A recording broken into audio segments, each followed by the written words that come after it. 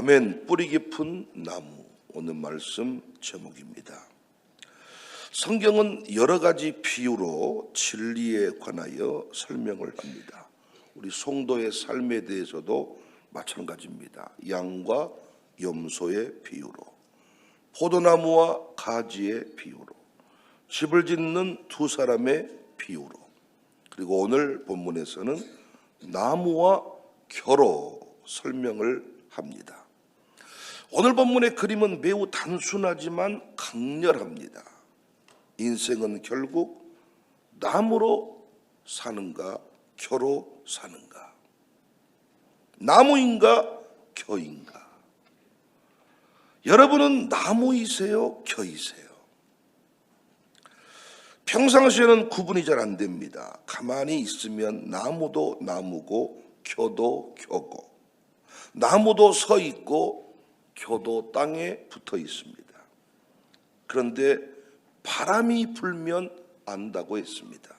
겨는 바람이 불면 즉시 정체가 드러나고, 나무는 바람이 불어야 뿌리가 증명이 됩니다. 문제는 인생을 사는 모든 날 동안에 바람이 멈추는 날이 없다는 거죠.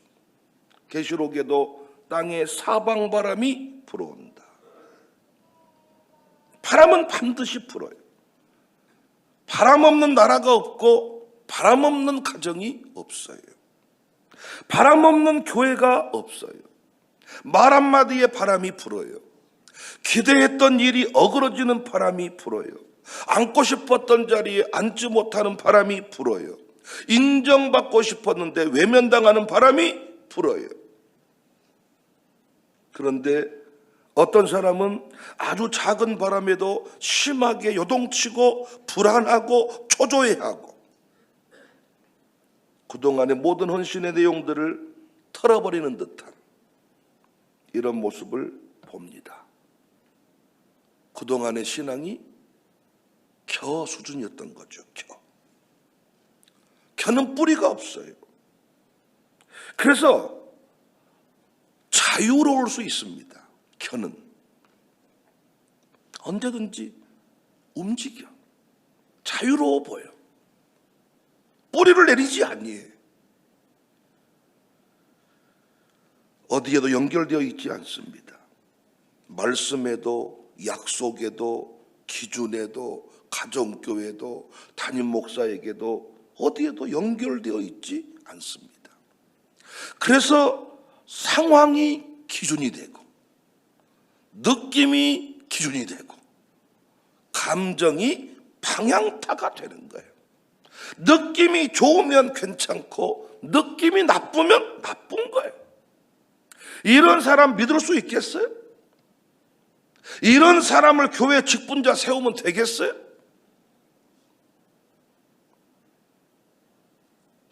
시편 기자는 이런 사람을 악인이라고 했네.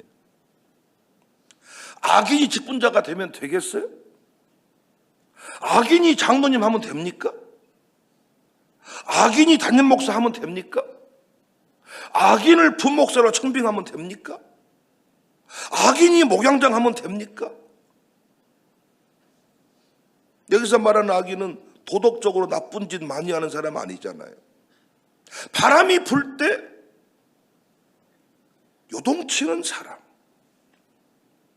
이 사람이 악인이래요. 말씀에 뿌리를 내리지 않았던 사람. 4절의 악인들은 그렇지 아니하며 오직 바람에 나는 겨와 같도다. 그러면 나무는 안 흔들리냐? 아니, 바람 불면 나무도 흔들립니다. 나무도 불안함을 느끼는 듯합니다. 나무도 가지가 흔들립니다. 심하게 흔들릴 수 있습니다. 그런데 나무는 날아가지 않습니다. 이겨냅니다. 어지간한 가뭄이 와도 나무는 이겨냅니다. 뿌리가 있기 때문입니다. 시냇가에 심겨졌기 때문에 시냇가에 심어져 있습니다. 시냇가에 심어졌다는 것은 말씀의 신앙이 되었다, 2절에 오직 여호와의 율법을 즐거워하여 그 율법을 주야로 묵상하는도다. 말씀을 의무로 대하지 않습니다. 말씀을 즐거움으로 대합니다. 말씀 속에 모든 응답이 있다는 것을 믿습니다. 내 마음이 불안해, 내가 힘들어, 이 교회 떠나버려야 될 것 같아, 왠지 목사님 나를 사랑하지 않는 것 같아, 이 가족교회 잘못 온 것 같아, 내 아들 딸들이 인생이 무너진 것 같아, 내가 기도한다고 기도했는데 뭔가 안 풀려. 그때 그 모든 답을 사람들에게 묻는 게 아니라 말씀에게서 묻는다고요. 말씀에게 묻는다고요. 말씀에서 찾는다고요. 그래서 말씀을 씹고, 말씀을 붙잡고, 말씀을 놓지 않고, 말씀을 묵상해, 말씀을 전심으로 대해. 설교 제목도 모르는 인생이 아니라 오늘 또 불안한 내 인생의 답을 말씀이 준다고 믿는 거야. 그 결과가 3절, 시냇가에 심은 나무가 철을 따라 열매를 맺으며 그 잎사귀가 마르지 아니함 같다. 열매를 맺는다는 것은 나무 수준에서만 열매를 기대할 수가 있어요. 뿌리 깊은 나무에서 열매를 기대할 수가 있어요. 저는 본문을 묵상하면서 은혜를 많이 받았습니다. 지난날의 나의 모습, 나의 마음은, 원래 나의 성격은 겹니다, 겨. 여러분은 보니까 의지를 가지고 뭔 일을 해도 하시던데 저는 의지가 없는 사람입니다. 하고 싶은 일이 별로 없습니다. 수시로 흔들립니다. 늘 후회합니다. 저는 심지어 넥타이를 하나 사고 와서도 집에 와서는 후회하는 사람입니다.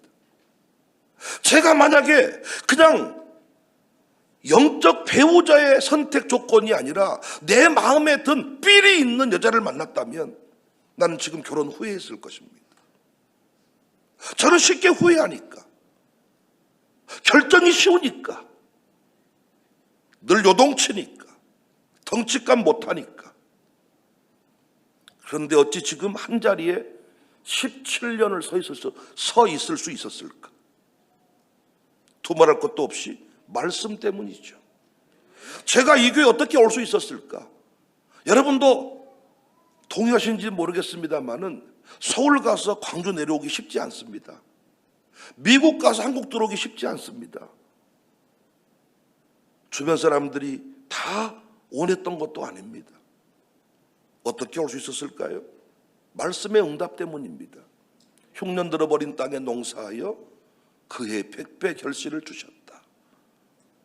말씀의 응답 때문에, 성령님의 감동 때문에 올 수 있었습니다. 어떻게 지금 이 자리에서 여러분과 이런 삶을 살 수 있을까? 말씀 때문입니다. 사람 믿고 목회하지 마라. 선배들이 수도 없이 얘기했지만 어찌 사람을 안 믿습니까? 어찌 장로님을 안 믿고, 장로님은 배신할 거야, 권사님은 나를 끝내 배신할 것이니 나는 권사님에게 청주지 않으리라, 이러면서 목회를 할 수 있습니까? 청주지 않으리라. 오늘 또 이문혜가 찬송인도를 참 갈수록 잘하는데 이문혜를 볼 때마다 너도 편할 사람이니 나는 네 노래할 때 안 믿을란다. 주의 음성을 내가 들으니 뭔 음성을 듣냐 네가. 찬송 가사 할 때마다 아따 말은 잘하시네, 너도 곧 편절될 사람, 이럽니까? 저는 불화가의 송축이라고 매일 새벽마다 찬송 TV에 영상을 찍어서 온라인 TV에 올립니다. 이건 나만 할 수 있는 일이다. 매일 새벽 예배를 드려야 가능하고 매일 새벽마다 경비와 차량이 있는 교회만 가능하다. 이건 나만 할 수 있구나. 짧은 TM 투데이 메시지를 전하다가 이 메시지는 나 아니어도 할 사람이 많구나. 오히려 불화가의 송축이 좋겠다. 저는 은혜를 많이 받습니다. 그런데 그 사람이 저를 힘들게 할 수도 있습니다. 그때마다 말씀이 내게 답을 줬어요. 제가 어떤 청년이 내게 와서 막 인생의 갈등을 저한테 이야기하길래, 자기는 지금도 교회는 다니는데 하나님 있는지 모르겠대. 자기는 매 순간이 의심스럽대. 여러분 안 그러시죠? 근데 내가 이랬어요. 의심이 나쁜 게 아니다. 근데 그 의심을 품고 교회 안에만 머물러 있으면 끝내 의심의 답을 찾지만, 의심을 품고 교회 밖으로 뛰쳐나가면 그건 영원히 돌아오기가 어렵다. 바람을 이기는 길은 뿌리를 내리는 것밖에 없잖아요. 바람이 항상 불어와. 가정교회도 바람이 불고, 교구에도 바람이 불고, 사람의 말 한마디에 바람이 불고, 낙선에 바람이 불고, 바람이 불어온다니까요. 바람 없는 교회가 없다니까요. 바람 없는 나라가 없다니까요. 어디든지 바람이 있다니까요. 근데 이 바람을 이기는 길은 뿌리를 내린 길밖에 없다. 뿌리 깊은 나무가 되는 것이다.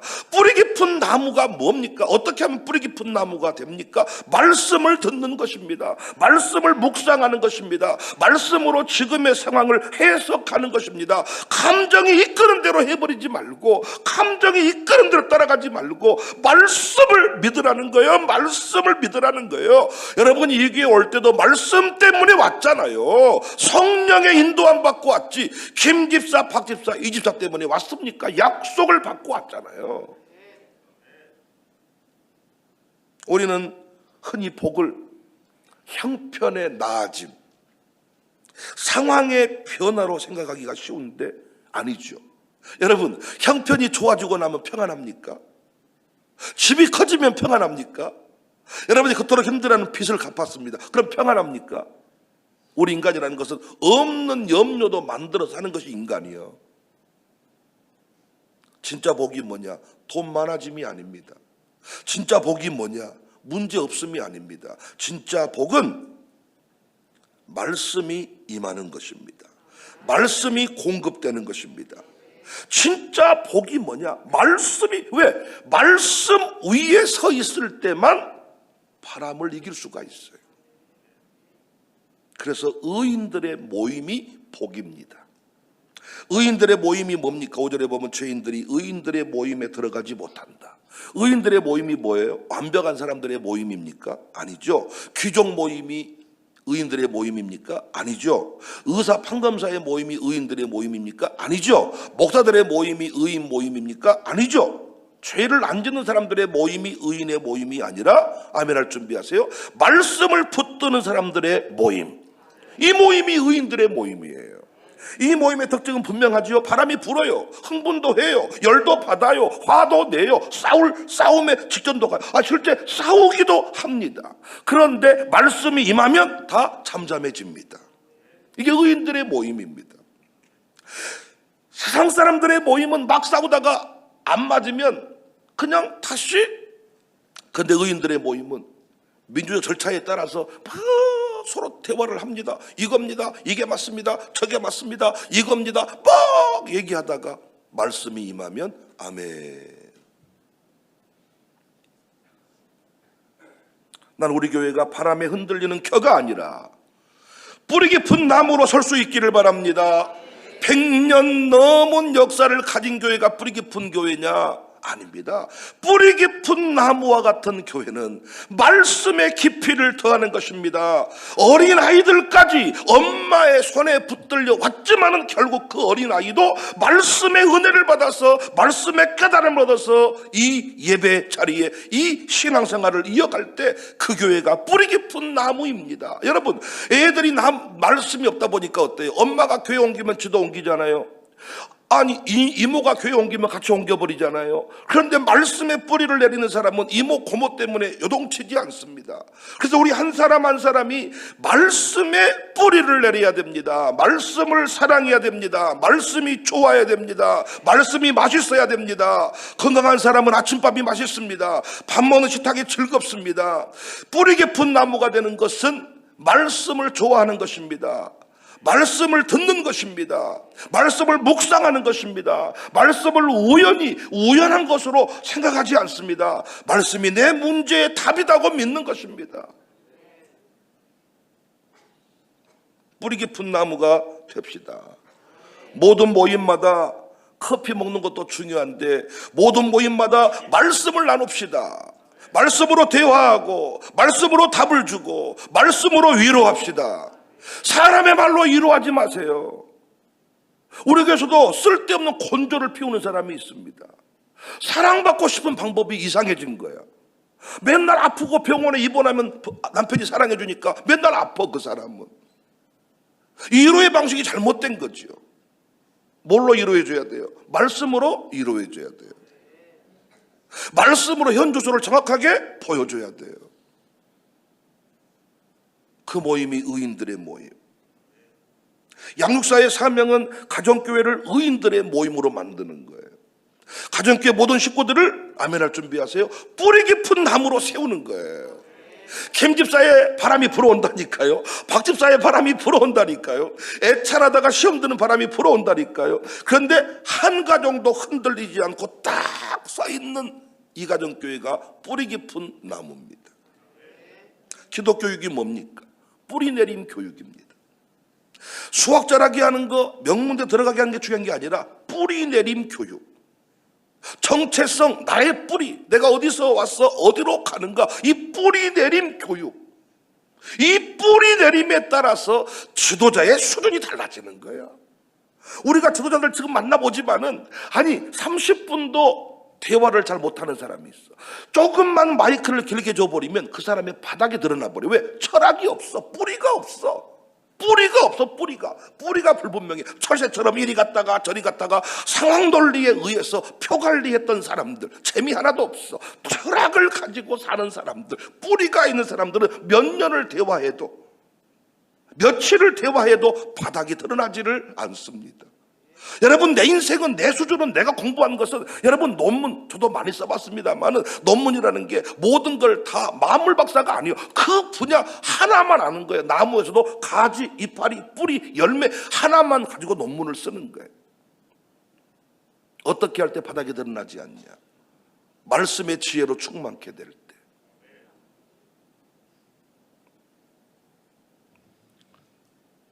감동의 글을 읽었습니다.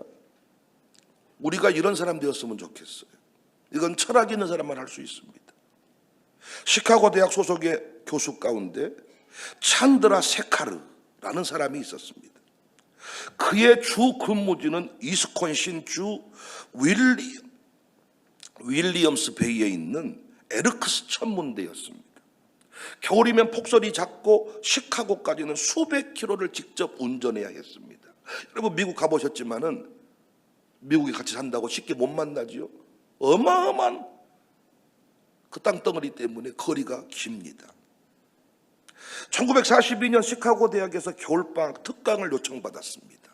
근데 수강 신청을 단 2명만 한 거예요. 학교 행정 측은 비효율적이라면서 폐강을 하자고 교수에게 제안을 합니다. 그런데 찬드라 세카르는 강의를 강행합니다. 매주 위스콘신주에서 시카고 대학까지는 150마일, 약 240km 눈보라를 뚫고 직접 운전해서 강의를 진행했습니다. 이때 강의를 들은 양전닝, 리정다오 2명의 학생이 훗날 1957년 노벨 물리학상 공동 수상자가 되었습니다. 당시에 모두가 이렇게 생각을 했습니다. 참 비효율적인 짓이다.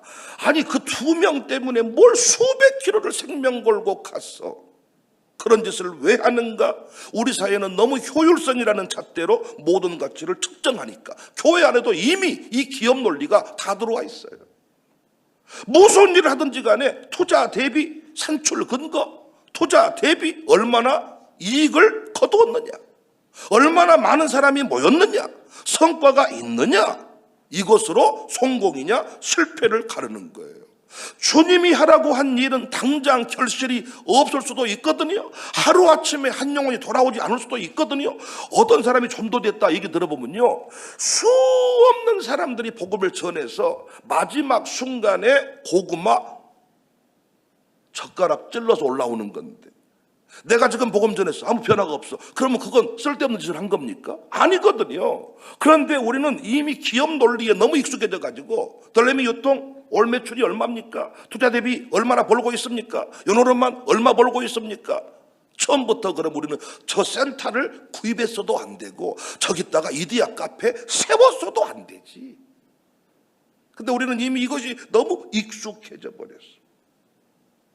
근데 행정실에서도 폐강을 요청했지만 이 찬드라 세카르 교수는 효율성을 정면으로 거슬렀습니다. 효율성이 없어 보였으나 그 학생들의 눈빛에서 학문을 탐구하고자 하는 열정을 보았다는 거예요. 어떤 다른 사람이 보지 못한 영안이 열린 거죠.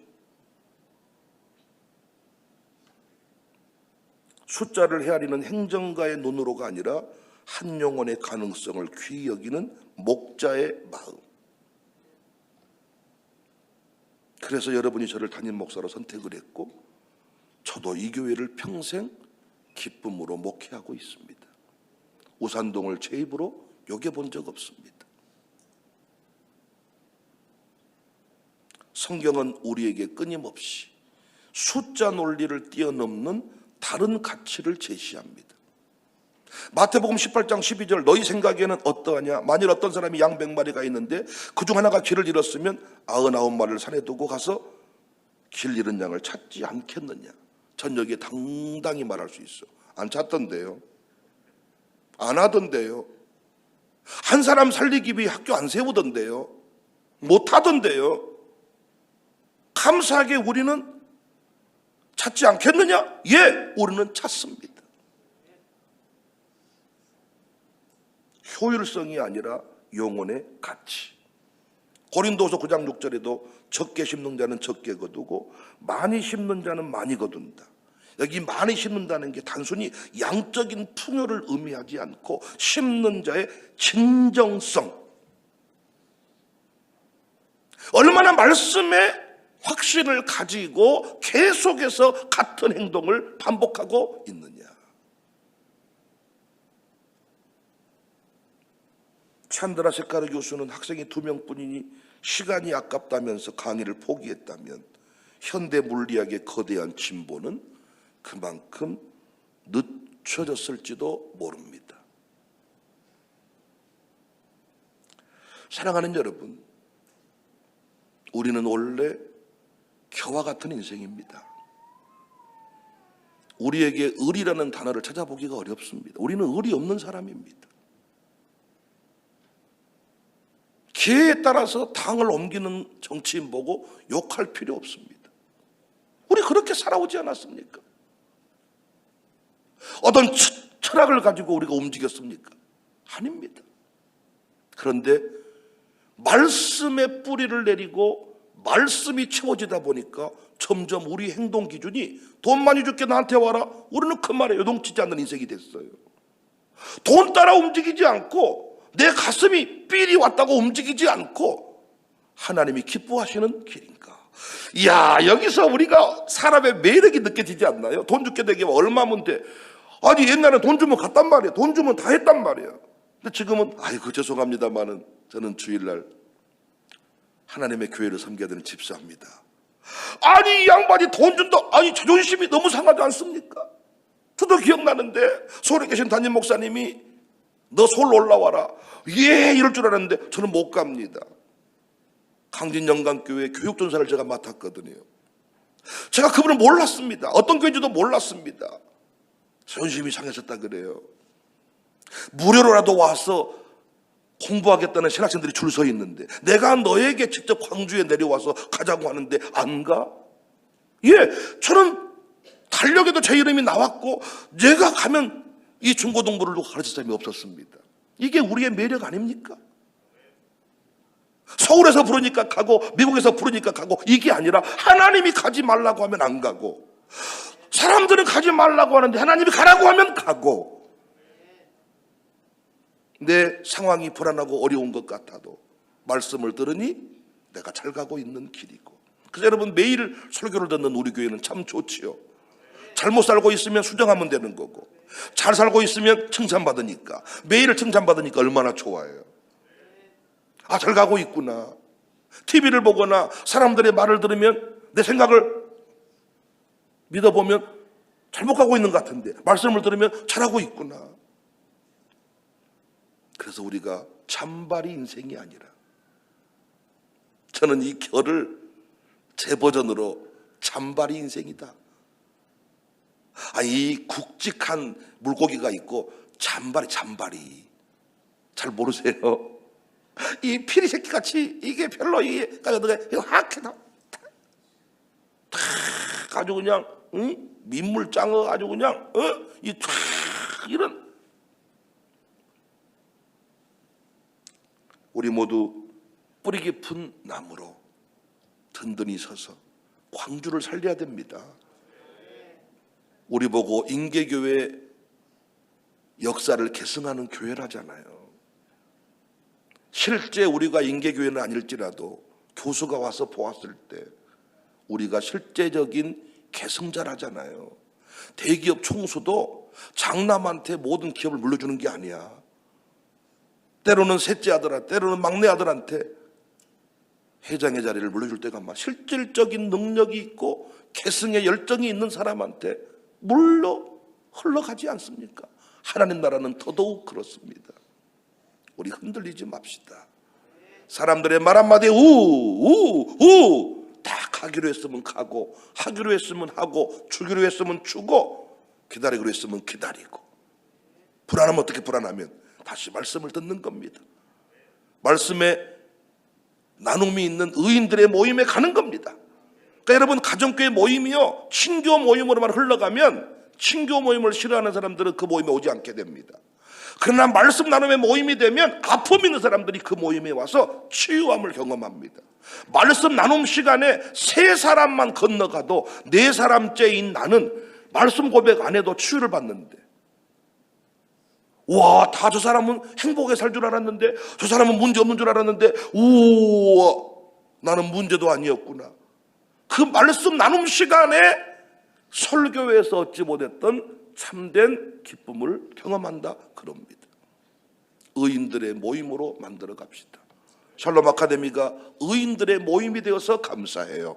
우리 모든 예배가 의인들의 모임이어서 감사해요. 저도 뿌리 깊은 더 뿌리를 깊게 뻗겠습니다. 어떤 바람이 불어도 어떤 가뭄이 와도 요동치지 않는 딱 변함없이 새벽이면 변함없이 우리 담임 목사가 다 설교하고 있는 그 목사로 든든히 서겠습니다. 사람이 10,000명 모여도 막 허둥대지 않고 다 그 자리에 서서 하고자 하는 말을 해내는, 어떤 사람이 감정적으로 대들어도 바닥을 드러내지 않는 그런 뿌리 깊은 지도자가 되겠습니다. 여러분도 뿌리 깊은 장로님 되시고 뿌리 깊은 권사님 되시기를, 우리 아들 딸들 뿌리 깊은 청소년이 되시기를 주님의 이름으로 축복합니다. 하나님 감사합니다. 2026